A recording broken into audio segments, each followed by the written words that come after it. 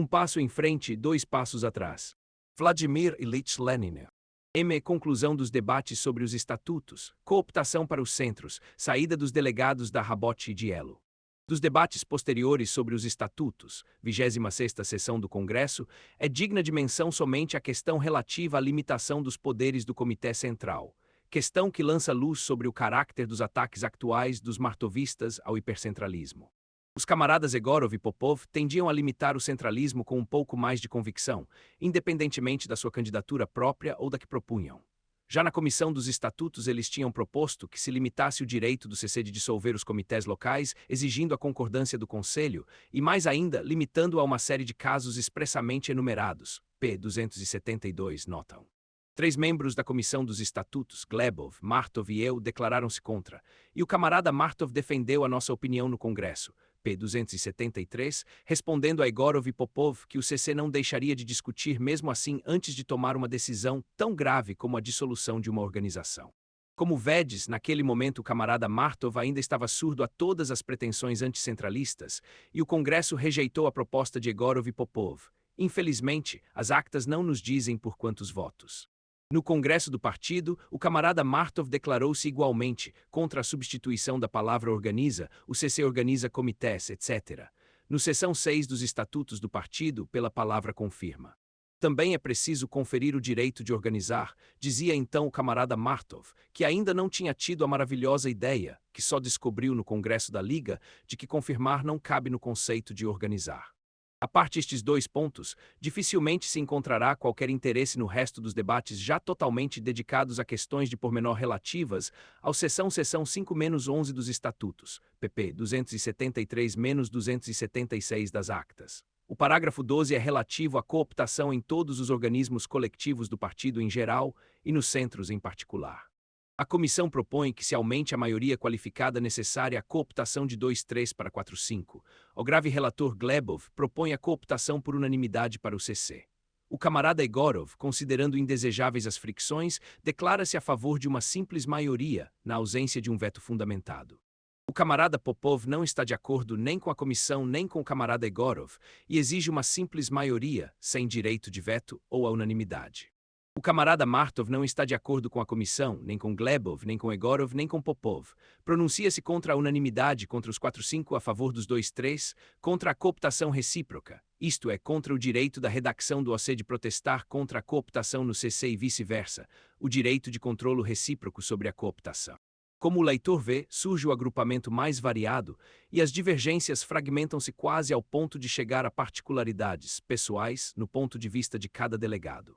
O camarada Martov diz: reconheço a impossibilidade psicológica de trabalhar com pessoas desagradáveis, mas a nós importa-nos igualmente que a nossa organização seja viva e tenha capacidade de actuar. Em caso de cooptação, o direito de controlo recíproco do CC e da redação do OC não é necessário.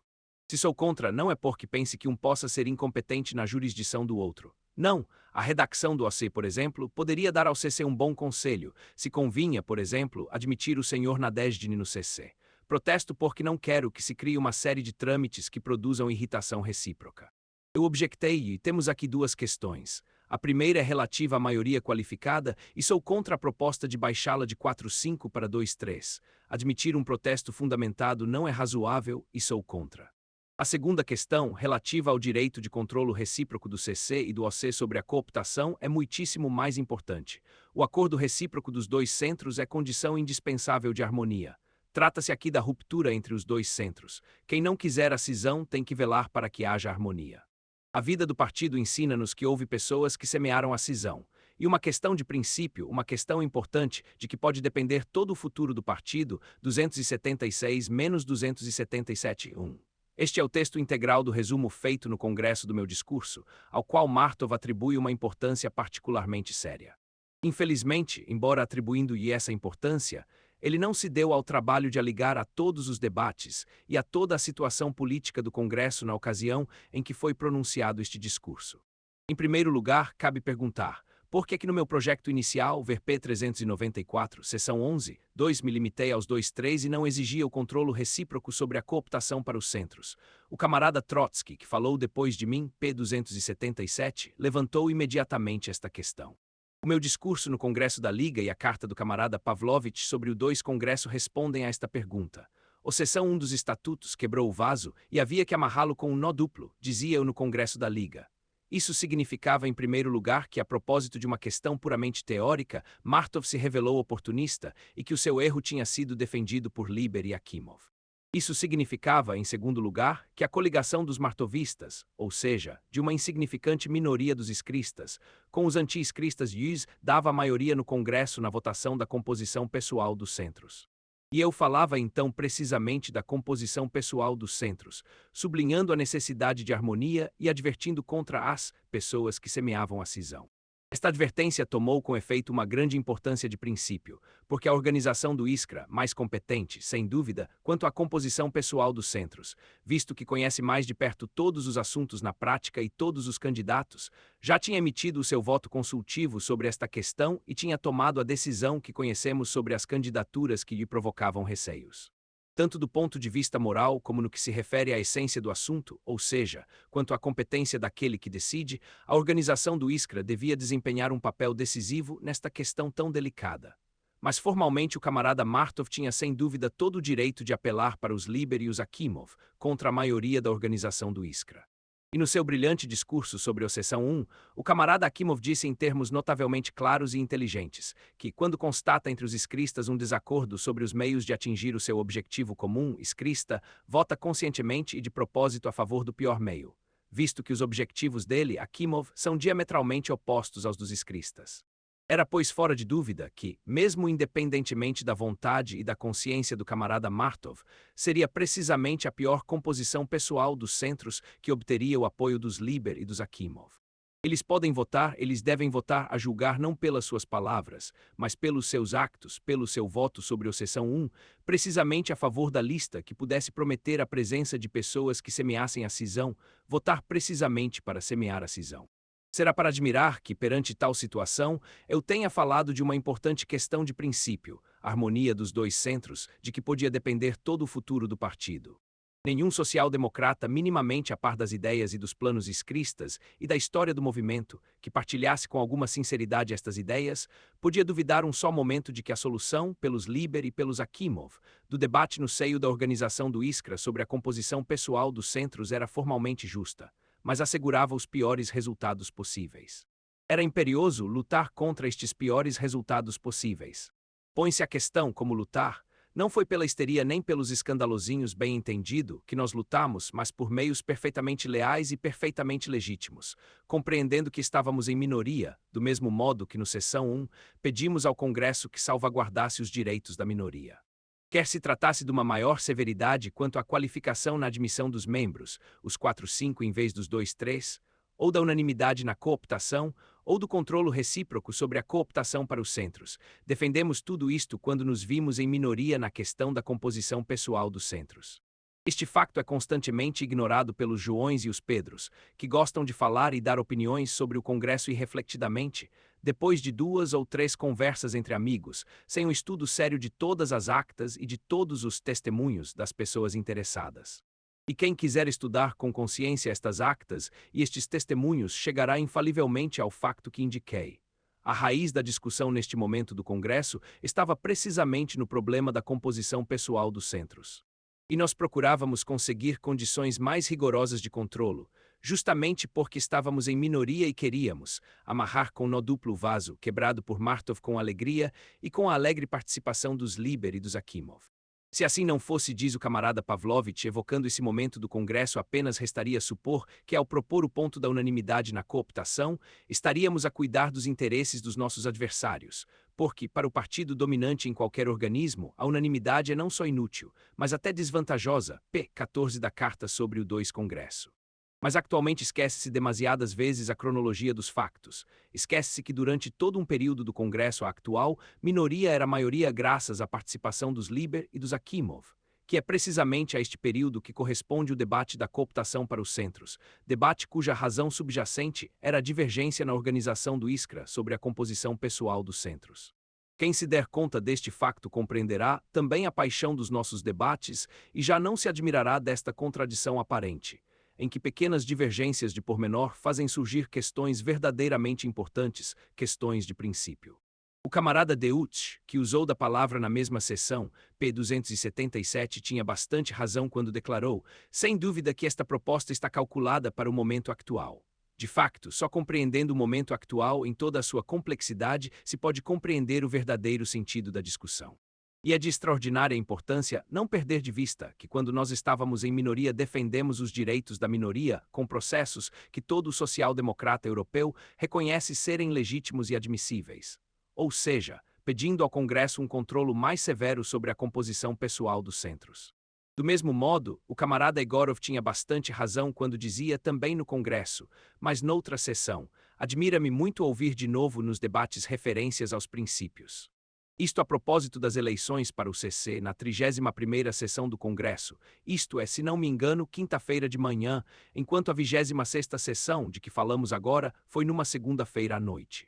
Parece-me claro para toda a gente que nestes últimos dias todos os debates giraram não à volta desta ou daquela maneira de colocar o assunto em princípio, mas exclusivamente à volta da forma de assegurar ou impedir o acesso aos organismos centrais desta ou daquela pessoa. Confessemos que os princípios desapareceram já há muito tempo deste Congresso e chamemos as coisas pelos seus verdadeiros nomes. Hilaridade geral, Muravyov, peço que se faça constar na acta que o camarada Martov sorriu, p. 337. Não admira que o camarada Martov, tal como todos nós, tenha rido às gargalhadas das lamentações verdadeiramente risíveis do camarada Egorov. Sim, nos últimos dias, muitas coisas giraram à volta da questão da composição pessoal dos centros. Isso é verdade. Com efeito, a coisa era clara para toda a gente no Congresso e só agora a minoria tenta obscurecer este facto claro. Enfim, também é verdade que importa chamar as coisas pelos seus verdadeiros nomes. Mas por amor de Deus, para que é aqui chamado ao perder os princípios? Reunimo-nos neste Congresso, ver P10, ordem do dia do Congresso, precisamente para nos primeiros dias falar do programa, da tática, dos estatutos e resolver questões correspondentes, e falar nos últimos dias, pontos 18-19 da ordem do dia da composição pessoal dos centros, e decidir sobre essas questões. É um fenômeno natural e inteiramente legítimo dedicar os últimos dias dos congressos à luta pela batuta de maestro. Mas quando, para conquistar essa batuta, se batem depois do Congresso, já só é uma querela mesquinha. Se no Congresso alguém sofreu uma derrota na questão da composição pessoal dos centros, como o camarada Egorov, é simplesmente ridículo falar, depois disso, de perder os princípios. É natural, portanto, que toda a gente tenha rido do camarada Egorov. É compreensível também por que razão o camarada Muravyov pediu para fazer constar na acta a participação do camarada Martov nesse riso. O camarada Martov, ao rir-se do camarada Egorov, riu-se de si próprio. Para completar a ironia do camarada Muravyov, talvez não seja supérfluo comunicar o seguinte facto. Depois do Congresso, o camarada Martov, como se sabe, afirmou a quem o quis ouvir que a razão principal da nossa divergência está precisamente na questão da cooptação para os centros, que a maioria da antiga redação se manifestou terminantemente contra o controlo recíproco sobre a cooptação para os centros. Antes do Congresso, ao aceitar o meu projeto de eleição de 2 grupos de 3, com uma cooptação recíproca de 2-3, o camarada Martov escrevia-me a propósito disso, aceitando esta forma de cooptação recíproca. Convém notar que depois do Congresso, cada organismo completará o número dos seus membros na base de princípios um pouco diferentes. Eu recomendaria o seguinte método. Cada organismo coopta novos membros, dando a conhecer as suas intenções ao outro organismo.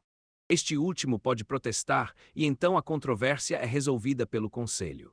Para que não haja trâmites morosos, este processo deveria aplicar-se a candidatos propostos antecipadamente pelo menos para o CC, candidatos entre os quais a cooptação se pode fazer mais depressa. Para sublinhar que no futuro a cooptação se fará segundo um processo que será previsto pelos estatutos do partido, é preciso acrescentar ao seção 22.3, que confirmará as decisões adoptadas, sublinhado por mim. Sem comentários. Depois de ter explicado o significado do momento em que teve lugar a discussão sobre a cooptação para os centros, precisamos de nos deter um pouco nas votações referentes a este ponto. É inútil alongarmos-nos sobre os debates, porque depois do discurso do camarada Martov e do meu, que citei, só houve curtas réplicas, nas quais tomou parte um número insignificante de delegados, ver pp. 277-280 das actas. Quanto às votações, o camarada Martov afirmou no Congresso da Liga que na minha exposição eu fiz a maior falsificação, P60 das actas da Liga, ao apresentar a luta à volta dos estatutos. O camarada Martov enunciou sem querer uma grande verdade. Depois do sessão 1, justamente à volta dos estatutos, desenvolveram-se acalorados debates, como uma luta do Iskra contra os martovistas que tinham feito uma coligação com o Bund. Vejamos de perto esta interessante questão relativa à maior falsificação. O camarada Martov junta as votações sobre a composição do Conselho às votações sobre a cooptação e cita 8 votações. 1 eleição para o Conselho de 2 membros pelo OC e de outros 2 pelo CC. 27 a favor M, 16 contra L, 7 abstenções 4. Anotemos entre parênteses que nas actas, P270, o número de abstenções se eleva a 8, mas isto é um pormenor. 2 eleição do 5º membro do Conselho pelo Congresso, 23 a favor L, 18 contra M, 7 abstenções. 3. Substituição pelo próprio Conselho dos membros saídos do Conselho, 23 contra M, 16 a favor L, 12 abstenções. 4. Unanimidade no CC, 25 a favor L, 19 contra M, 7 abstenções. 5. Exigência de um protesto fundamentado para que um membro não seja admitido, 21 a favor L, 19 contra M, 11 abstenções. 6. Unanimidade na cooptação para o OC, 23 a favor L, 21 contra M, 7 abstenções. 7. Possibilidade de uma votação sobre o direito do Conselho de anular as decisões do OC e do CC sobre a não admissão de um novo membro. 25 a favor M, 19 contra L, 7 abstenções. 8. A própria proposta respeitante ao ponto anterior, 24 a favor M, 23 contra L, 4 abstenções. Neste caso é evidente, concluiu o camarada Martov, p. 61 das actas da Liga, que um delegado do Bund votou a favor da proposta e os outros se abstiveram. Sublinhado por mim. Cabe perguntar, por que considera o camarada Martov evidente que um delegado do Bund tenha votado por ele, por Martov, quando não houve votações nominais? Porque se fixa no número de votantes, e quando este número indica a participação do Bund na votação ele, o camarada Martov, não duvida que esta participação tenha sido a seu favor de Martov. Donde resulta aqui a maior falsificação minha. Havia no total 51 votos, sem os bundistas 46, sem os partidários da Rabot e Dielo 43. Em 7 votações das 8 citadas pelo camarada Martov, tomaram parte 43, 41, 39, 44, 40, 44 e 44 delegados. Numa votação tomaram parte 47 delegados, ou melhor, houve 47 votos, e aqui o próprio camarada Martov reconhece que foi apoiado por um bundista. Evidencia-se assim que o quadro traçado por Martov e traçado de maneira incompleta, vê-lo-emos daqui a pouco, vem apenas confirmar e reforçar a minha exposição da luta. Em muitos casos foi muito elevado o número de abstenções. Isto mostra o interesse relativamente pequeno de todo o Congresso por certos pormenores, mostra a ausência de um agrupamento perfeitamente definido de iskristas sobre estas questões. A afirmação de Martov de que os bundistas, com a sua abstenção, prestam um apoio evidente a Lenin, p. 62 das actas da Liga, fala justamente contra Martov. Portanto, somente na ausência dos bundistas ou com a sua abstenção eu podia por vezes contar com a vitória. Mas sempre que os bundistas consideravam que valia a pena intervir na luta, eles apoiavam o camarada Martov. E tal intervenção verificou-se não só no caso acima citado da participação dos 47 delegados. Quem quiser consultar as actas do Congresso dar-se-á conta de que o quadro traçado pelo camarada Martov é de modo muito estranho e incompleto. O camarada Martov omitiu simplesmente ainda outros 3 casos em que o Bund participou na votação, com o pormenor de que o camarada Martov, bem entendido, saiu vitorioso em todos estes casos. Eis aqui estes casos. 1. Adopta-se a alteração proposta pelo camarada Fomini, que reduz a maioria qualificada de 4-5 para 2-3. 27 a favor, 21 contra, P278, participaram portanto 48 votos. 2. Adopta-se a proposta do camarada Martov para a supressão da cooptação recíproca. 26 a favor, 24 contra, P279, participaram pois na votação 50 votos. Enfim, 3. É rejeitada a minha proposta de admitir a cooptação para o OC e o CC exclusivamente com o assentimento de todos os membros do Conselho, P280. 27 contra, 22 a favor. Houve mesmo votação nominal, que infelizmente não está registrada nas actas, portanto 49 votos. Resultado: quanto à cooptação para os centros, os bundistas participaram somente em 4 votações, as 3 votações que acabo de citar, com 48, 50 e 49 votantes, e uma citada pelo camarada Martov, com 47 votantes. Em todas estas votações, o camarada Martov saiu vitorioso. A minha exposição revelou-se exata em todos os seus pontos, quando falo da coligação com o Bund, quando constato o caráter de somenos importância das questões, muitíssimos casos com um número considerável de abstenções, quando digo que não há agrupamento definido dos escristas, não há votações nominais, muito poucos oradores nos debates. A tentativa do camarada Martov de encontrar uma contradição na minha exposição não passou de uma tentativa feita com meios inadequados, visto que o camarada Martov destacou palavras isoladas sem se dar ao trabalho de restabelecer todo o quadro.